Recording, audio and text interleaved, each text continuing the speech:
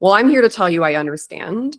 And I started from a bed, and it started with micro moments. I call them like micro moments of building safety, of pausing. And that looked like sometimes just listening to like literal pep talks and messages. Like I, on good days, would leave myself a message to remind myself that that healing was possible. Welcome to another episode of What Did the Patient Say with Doctors Dana and Lauren Brindisi, sisters and owners of Carolina Functional Neurology Center. We are providing you answers to frequently asked questions and bringing you inside information from real conversations we have with patients on a daily basis. Our goal is to spread the truth on health and healing because we believe everyone deserves to know the answers. Hello, everyone. Welcome to What Did the Patient Say from Carolina Functional Neurology Center. I am Dr. Miret. I am in our Florida office, and I'm here today with a really fun guest. Her name is Vanessa. She is the creator of Haven, which I have personally used. I recommend to patients all the time. And so I went on her podcast a few months ago, and I really wanted to bring her on here to tell you guys more about what Haven is, who she is, all of these things, because there's a ton of overlap in what her work consists of with what our work consists of, and just incredibly important. And I've seen, as I bring this on clinically for patients, it's really just moved the needle for cases in ways that I've never seen before. So thank you, Vanessa, so much for coming on. That's awesome. Thanks so much for having me. I'm excited to have this conversation. Ask away. What do you want to know? Okay.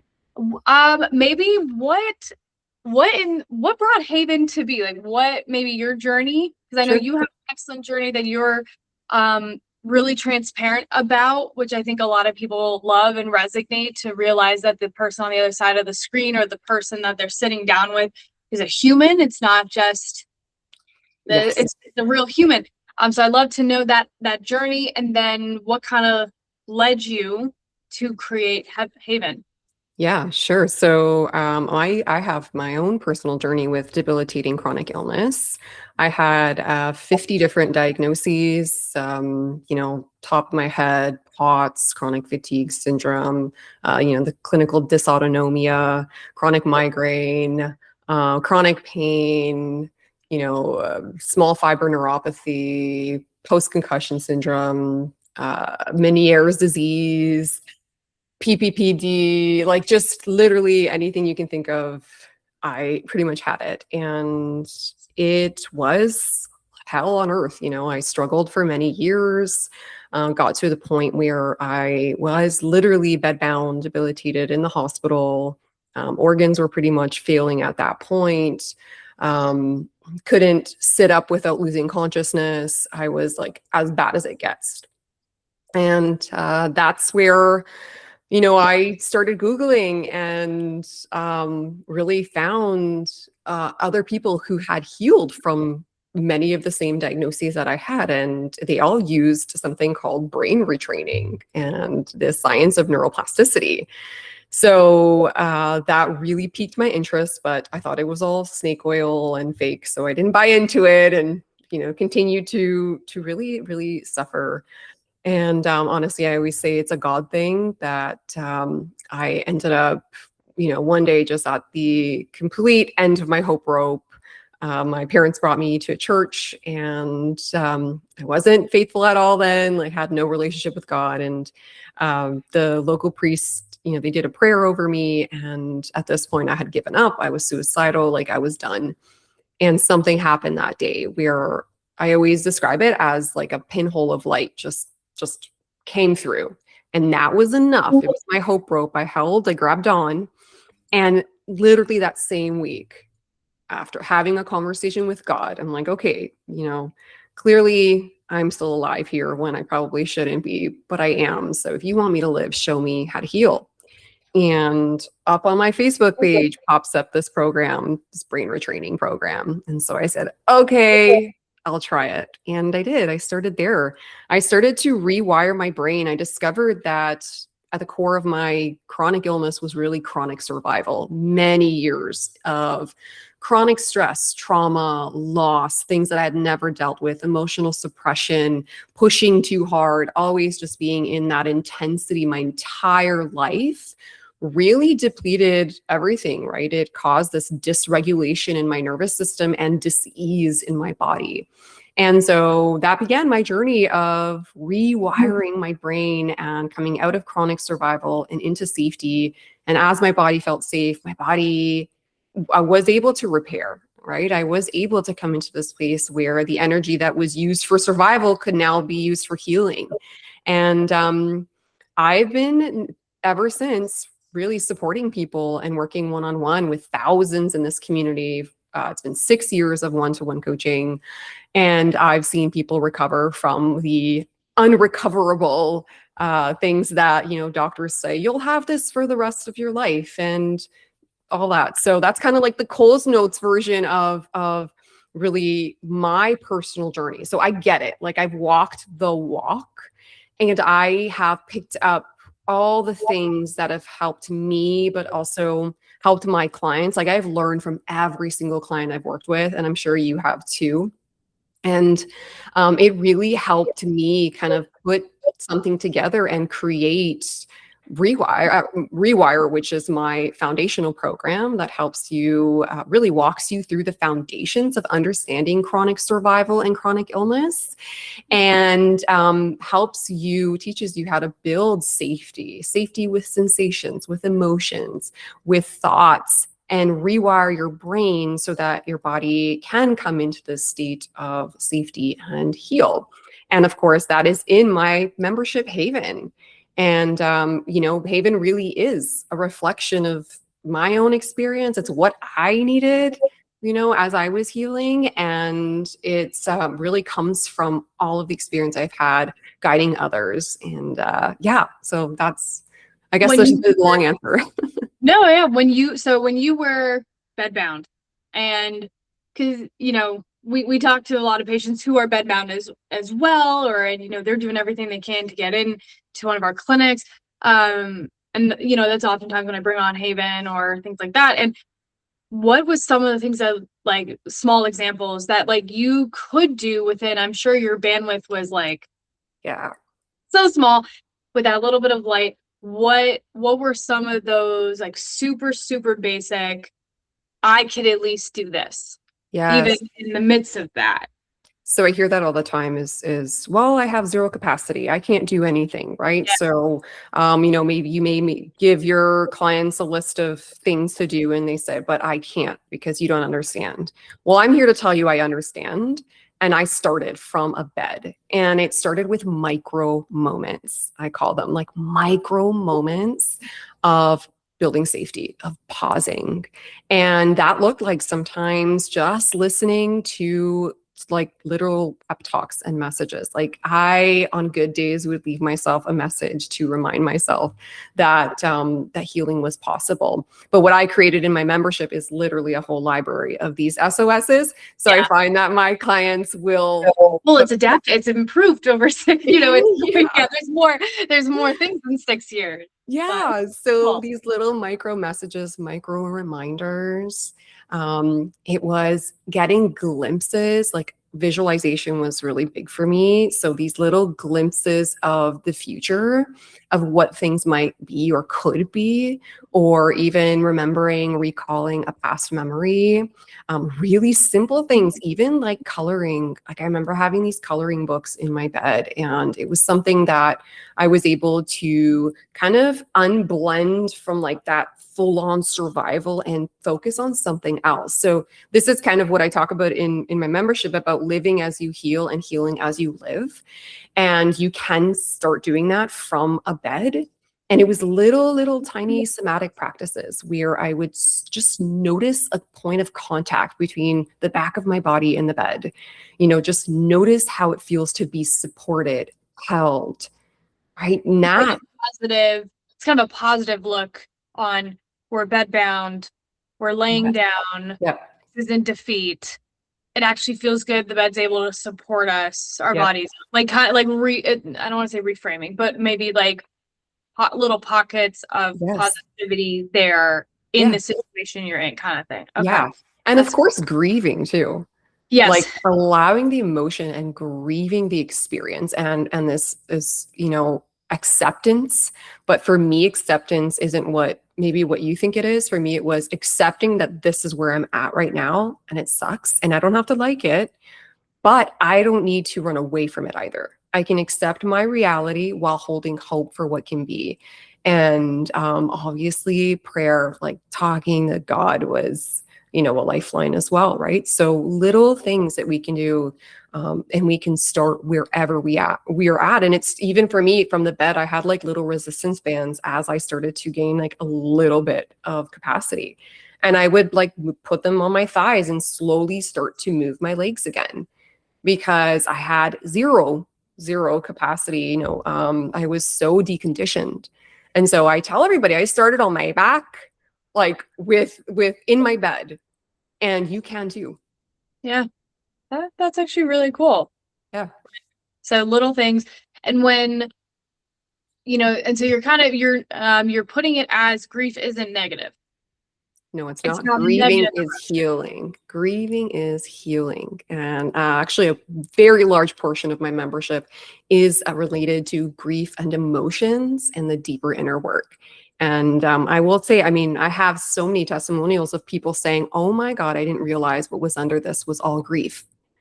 Think about that. If you're repressing grief and the emotions, think of the amount of energy it takes to shut that down. And what happens when you shut that down, like your entire body can sometimes shut down. You'll go in that dorsal state out of protection. But we teach you how to slowly dip your toe literally in the fountain of the grief. We don't ask you to go relive your trauma. We're saying, let's meet emotion and build safety with it. So a really big focus of my membership is emotional intelligence. And that's why I say grieving is healing, because as emotions flow, I mean, you experience all the effects, right? There's parasympathetic activation when you release tears, when you cry, your body will soften, energy starts to flow that was once stuck. So yes, grieving, feeling is healing. And through that, when, they're like, I had a patient the other day that was like, I can't even imagine what it feels like to run again. Like, I can't even imagine that. And so I know you said, like, maybe we're thinking about a past thought or thinking about a goal. Is it smart or like, we don't want to give a naive goal? We're like, yeah, I'm going to be able to run a marathon in 2 months and hike Mount Kilimanjaro. Or like, are you coaching that of like, let's make these shorter term goals, or is it kind of positioned that way? Yeah. So I first of all want to talk a little bit about like mirror neurons even, right? So it's like I can't envision myself running. But what I would do is I would watch people move. Like I would purposely seek out videos, images, Pinterest photos of this, experience that I was working towards. And that was part of that, right? Seeing it reflected to me activated those neurons in my brain, right? So then it starts to your physiology responds. But we also teach incremental training within the membership. So with the program Rewire, there are these little steps that we take to slowly expand our capacity. And I would say, can you start with, very, very gentle, no forcing, no pressure, no intensity, because those reinforce survival, but outcome independence. Like, what if I try to walk a little bit? First, it started off with walking actually started with standing for me. Can I stand for a little bit and bring in safety as I stand? Bring in some somatic supports. Then it moved to maybe I'll walk a little bit further around my house, move to the backyard. Then it was like walk down the street, and slowly, gradually building that capacity. But what I've also seen, the cool thing is that as people have actually cultivated safety in their nervous system, they've actually been able to do way more than they had thought. Okay. So I've seen them just start feeling safer and not even have to fully incrementally train. And I'm not saying going from like bedbound to running, but I'm saying like they've gone for they thought they could only do 2 minutes and they ended up going out for 30 minutes. And that is the magic of bringing in safety, resourcing yourself as you're expanding, as you're supporting. So we work a lot on the story. What is the story that's tied to the activity? Is it the activity that's really the trigger, or is it the story that we're attaching to it, right? So that's a big basis, is we teach people how to expand their capacity for all of these things. And visualization can be part of it, maybe a little bit of tapping, and just that little incremental exposure, right? Yeah. And for patients of ours that are listening, one, there's a lot of neuroscience in what you just said. Mirror neurons are incredible. I've used mirror therapy. I've used mirror neurons with patients, like those types of things. Visualization really biases your cerebellum, which has huge roles with all of this: chronic illness, mental health conditions, like you name it. The cerebellum has massive amounts of roles for that, and is really, really lit up when we talk about imagery. And we know that with athletes, when they imagine, making the shot, like they do. And so it's cool. This is, for those listening and may not have this degree in neuroscience, like this is very much rooted in neuroscience. Exactly. And then patients listening, who have gone through maybe either, your program or our treatment, we're taking similar approaches but just from a different standpoint of incremental exposures, frequent exposures. That's how we drive neuroplasticity, through frequency and repetition. Exactly. It learns, and it adapts, and it changes. And like you just said, your physiology will meet the demand that you're putting under it. Now we just have to kind of shift that demand into it's safety, not as a threat. Exactly. Yeah. Of that. And when, so you were doing all these programs, you were like finding all the things, and I'm assuming you started like your own like coaching or own programs. And then when or how did it kind of shape that you're like, we need something like Haven? Like, Oh yeah. Like, what were you noticing as a patient, like gaps in treatment or the pockets in the field, or you're like, this is where people are falling through, and this is why I created this? Yeah, that's a great question. So obviously, I started coaching and there were many programs out there, but I found that I had to continue, filling the gaps of these different offerings, these different programs, right? This program was basically maybe just top down, right? Using the brain, neuroplasticity, very much disconnected from the rest of the body. And then we look at another program and it was like all body based, and there was maybe that disconnect. And then we would see that there was literally no program that talked about emotional processing. Like no one talked about grief. So that was missing. And it was also missing that feeling of being guided. So a lot of these programs had this, go at your self pace, learn on your own, that sort of thing. You turn on your computer, you watch videos. But where do you ask the questions? I want to know more. Who's going to guide me? How can I get more support? And so that's really why I was coaching. And my wait list just kept growing and growing and growing. And I'm like, I can't get to all these people, but I want to teach them.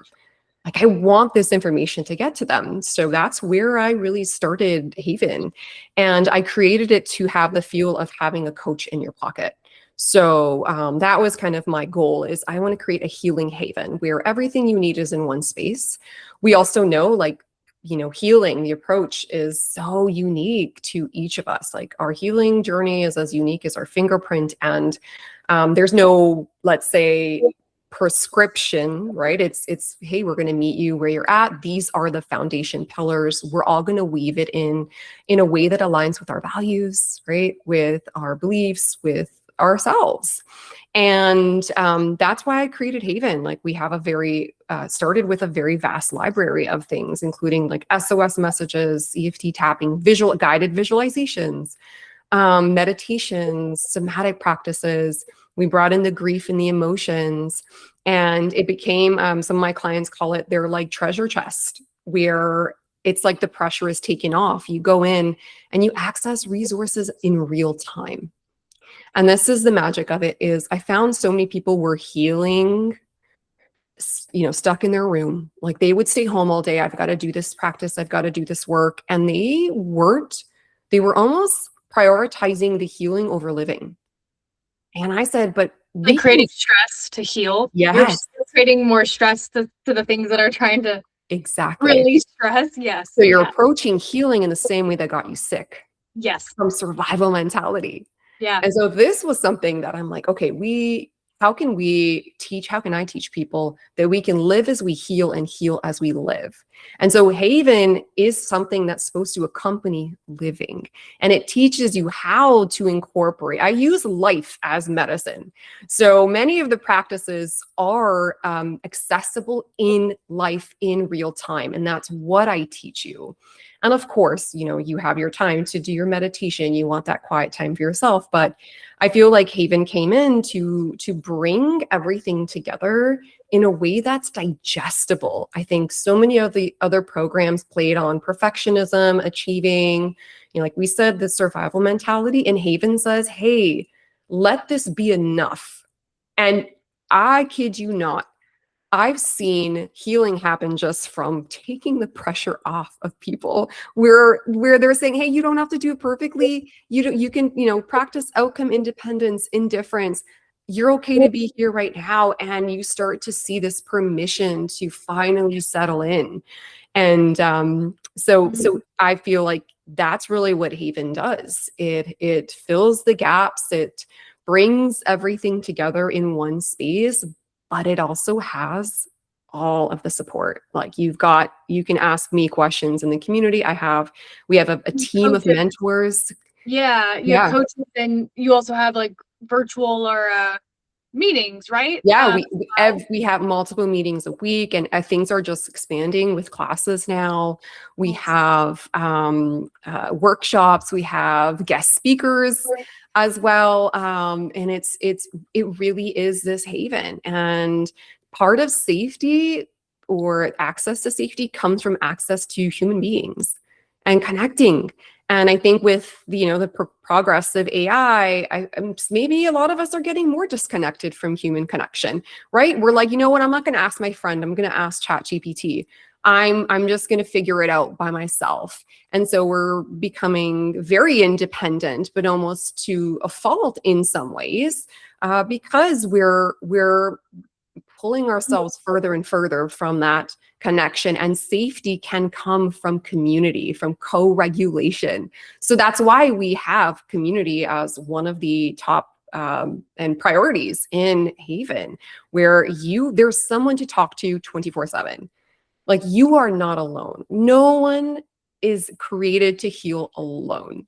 And I think that that's the beauty of it. And we also share our values, our beliefs. We have also, for those who want to meet God in their healing and weave in their faith, we also do faith teachings. We do, Bible study, and we have chats and groups. And again, it just has so many things that were missing from everything that I was seeing. And I felt like I had to create something where people weren't just waiting to work with me because I'm not, like the special person who's going to heal you. I'm just your guide. And I said, well, Vanessa, let's create this guide and let's bring it to people. And that's really what I've done with Haven. I love that. And I love how there's different, I don't know if the word is tiers or like different approaches, where if someone's like, I'm not really ready to be conversing with a community, I know from patients I've heard like there's a lot of shame in my diagnosis.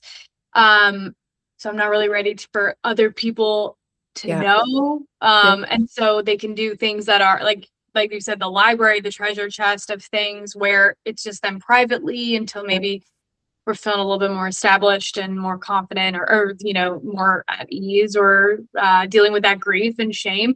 And then they're able to join that community, because I couldn't agree more.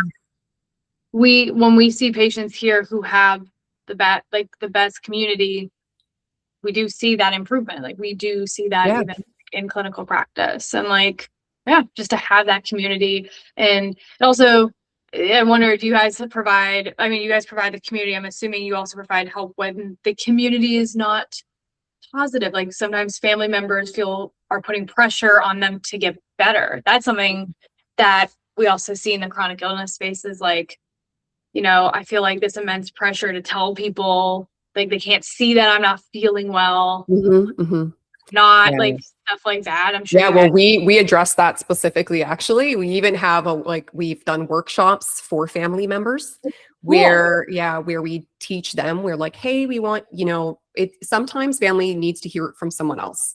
Yeah. Right. So I could be explaining to my mom everything, but maybe it's not clicking, but maybe someone else will come in. So we've done workshops where we've invited partners, friends, family members, where I really walk them through and explain what's going on and also how to support them, because we believe that your family and friends, your unit can support you in your healing, that it doesn't have to be separate. We also talk about how to incorporate your family into your healing. And we have many members who their husbands are doing it, their kids are walking, many teenagers we have going through Haven, and families are healing together.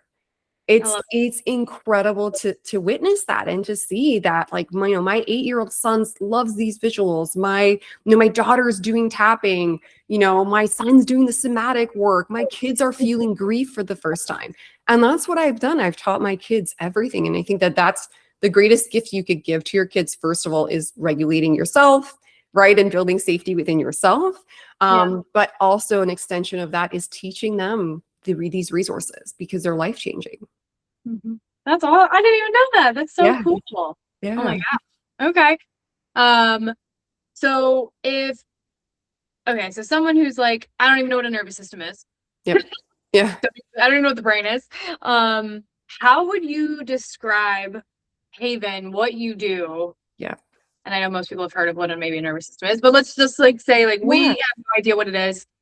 And they're like, I have all these random symptoms. Like, how would you describe what you do and how you would fit into, because I fit Haven in with my patients and all those things, but for someone who may not have access to, CFNC or access to other providers, how would they fit Haven into their health team? Yes. Into their healing journey and health team. Great question. So, I think that Haven itself, first of all, is very complementary to anything that you're doing. But the way that I really like to describe it is it helps you come out of chronic survival and into safety. Because I believe that chronic illness is really a reflection of your state, your chronic survival state. And what's amazing is my program Rewire, that is literally the first step in Haven. Because we have kind of level 1 and level 2, it breaks everything down for you in a very digestible manner.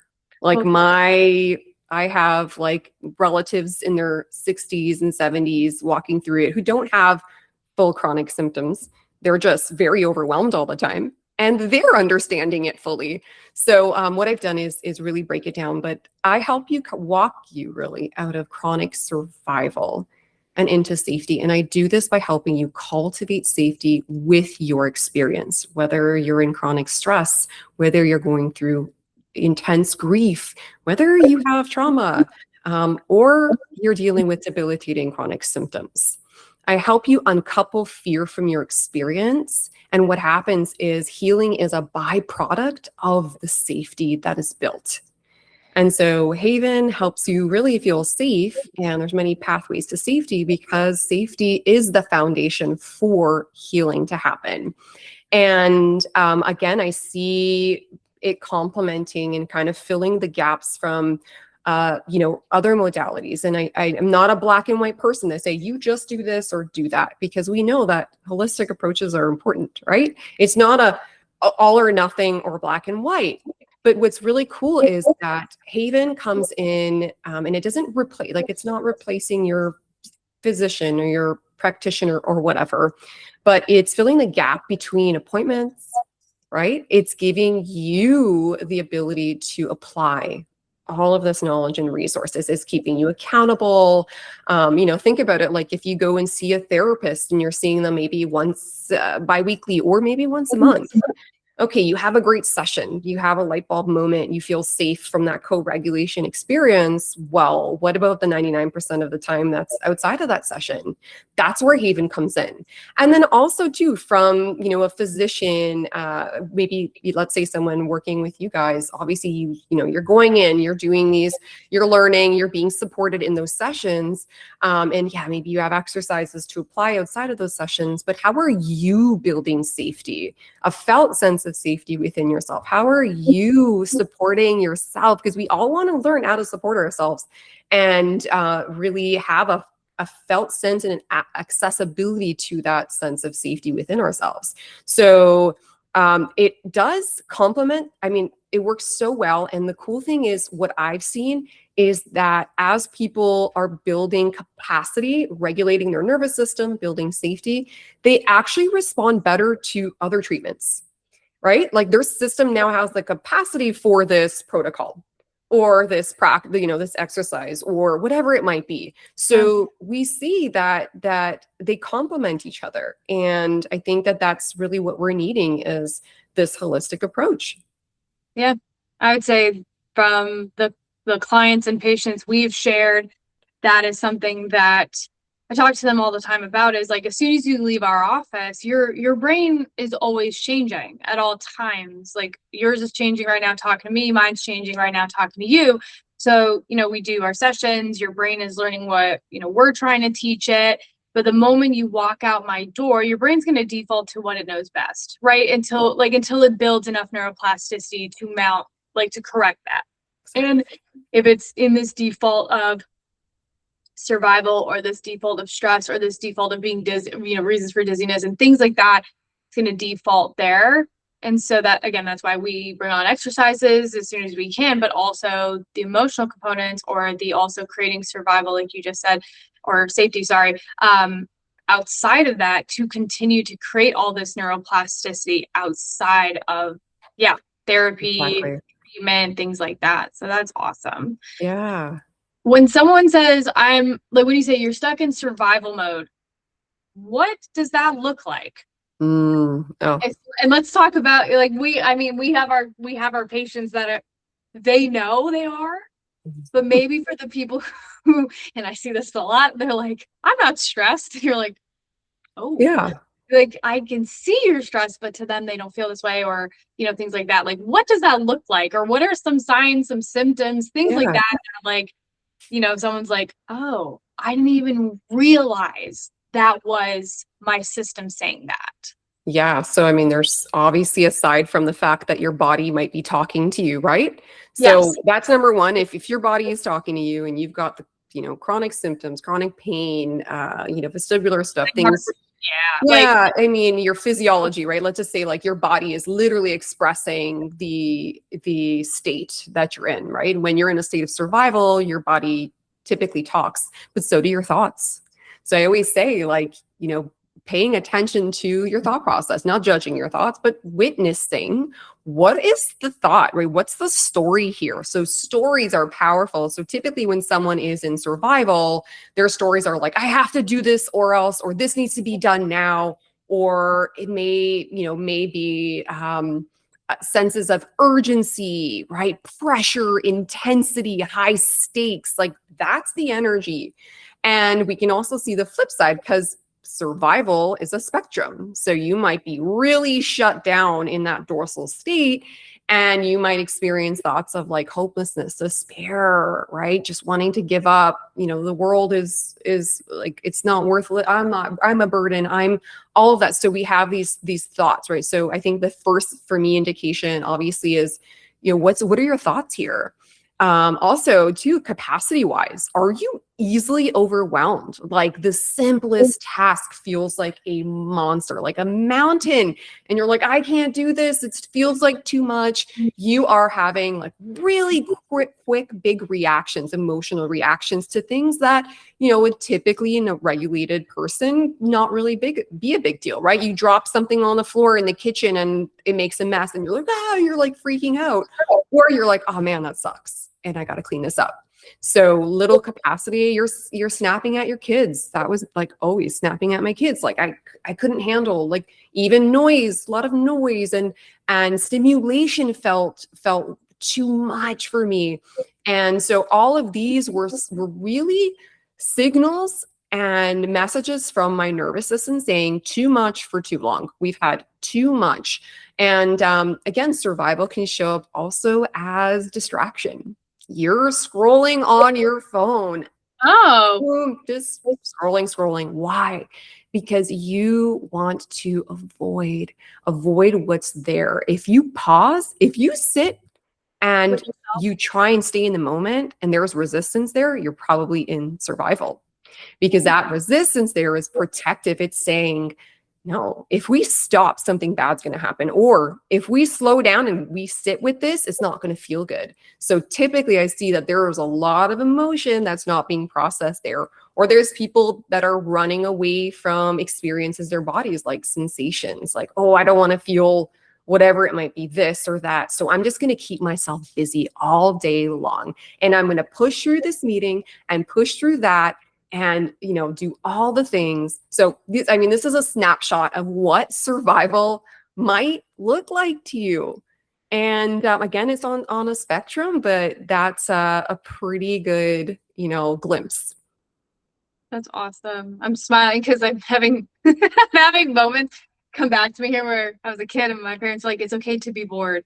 I'm like having those moments, and I was always like, why am I bored? Yeah. Why am I hate being bored? Yeah.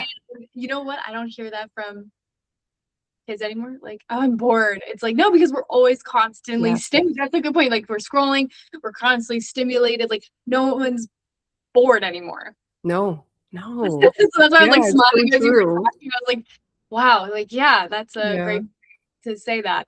We're always being stimulated, we're always being going. And then there's obviously a lot of physiological things that are happening with like scrolling, like various eye movements that I tell my patients all the time, they activate different parts of your brain and they do different things, like from the physiological standpoint, but also then like that limbic component as well, like blue light, like we're telling, like your cortisol goes up with blue light, like it just tells your brain to like wake up, go. And so that's interesting. So we need to be back being bored.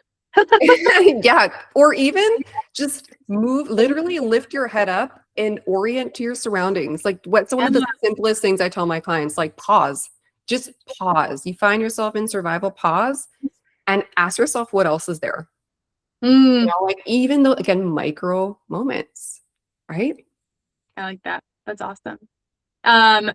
Maybe we've kind of beaten this one, but who's the ideal user? I mean, it sounds like it's a big spectrum, everyone from being bedbound to not, but like, who's the ideal user? So from a clinical standpoint as well, like even like the clinicians listening as well, all of that, not just the average folk listening as well.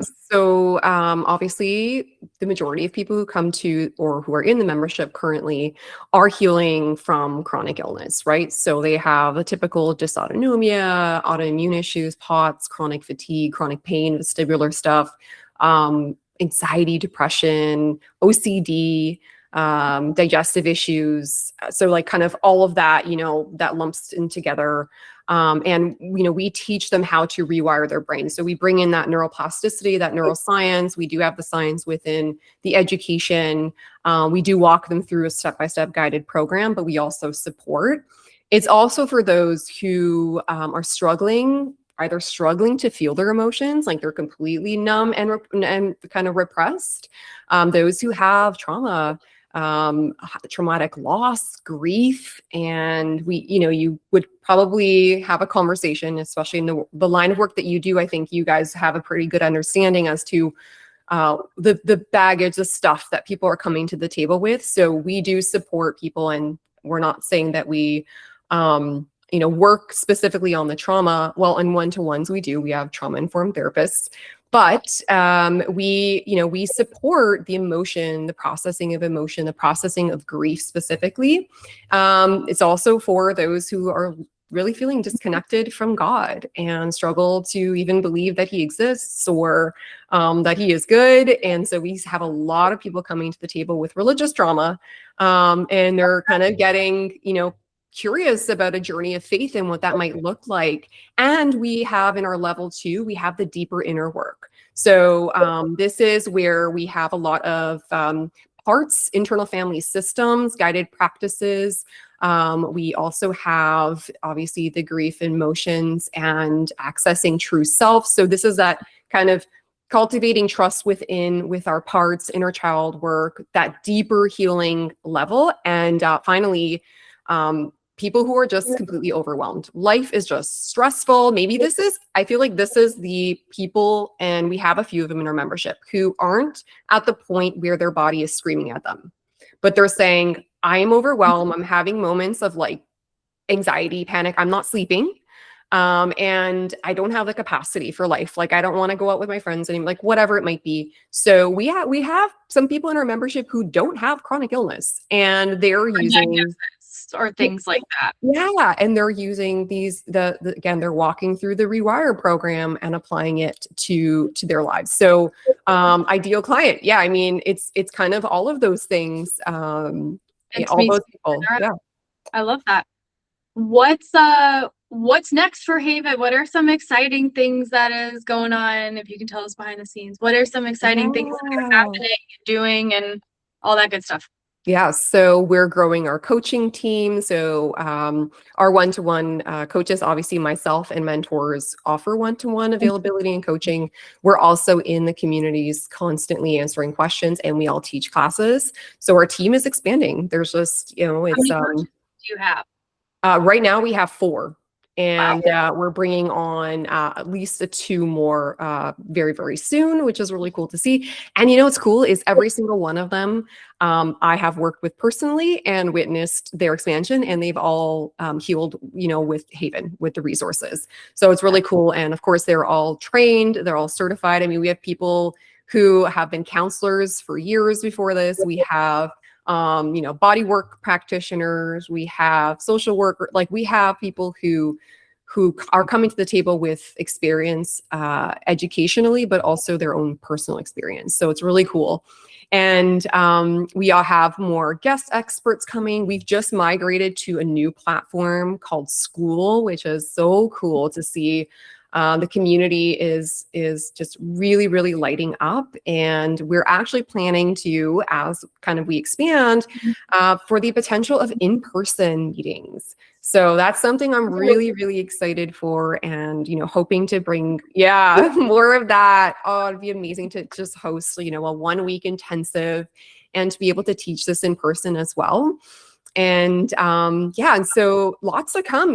I think we really are trying to prioritize human connection and support. We just want people to feel supported, so they're not floundering, thinking they're alone in this. I love that. Yeah. Yeah. That's so cool. And then for somebody listening, struggling right now, maybe bedbound, they feel like they're never getting better. What is like maybe one piece of advice or guidance, I should say, because you're a guide. I love your tag, you're a grateful guide, that you would give them right now listening to this? I would tell them, you're not broken. You've just been surviving for too long. I would remind them, if you're listening, your symptoms, your thoughts, your emotions are not a problem to be fixed. They're just reflecting your state of survival. And survival also, if you're carrying shame around it, survival is not a failure. It is biology. It has been serving you all these years, and somewhere along the line, it has become your normal. And I'm here to tell you, it doesn't have to be your normal, that you don't need to be stuck there, that healing is more than possible, that God wants you well, that safety can be cultivated in your mind and your body without fixing, forcing, rigidity, intensity, that we can do it with a sense of compassion, bringing in the right supports, and really building safety here in the present. And if you're one of those people who believes that you're so special, that you're the exception to the rule. I'm going to tell you, I believed it, and so did every other one of my clients, and we still healed. So healing is available for you too. And it does start with safety and slowly bringing in those micro moments. You're not too far gone. You can start exactly where you're at. I love that. That's like, that's just amazing. Thank you. Well, thank you so much for coming on. If anyone listening has more questions, please, we'll put this on all of our social media platforms, and they can ask questions and drop them below. If you have clinical questions, like clinicians listening to this, and want to understand how I've implemented Haven with my patients clinically, I'm happy to kind of share and help other clinicians implement this from, and I'm sure they can also reach out to you, but happy to do that. And also for anyone listening to our podcast, if you want to see more, or if you want to see certain topics, if you want to hear different things, you want to have different types of professionals on and experts, please let us know. We are trying to generate this content, and we would love the guidance of our audience to help us. What do you guys want to listen to? What do you guys want to hear? So Vanessa, thank you so much. Haven has been such a tool in my toolbox as a person, but also as a clinician. And I'm grateful for it. And I'm hoping people hear this and they're wanting to go and download the app, or at least look into your information and learn more. So thank you so much. Thank you so much for having me. It was such a pleasure.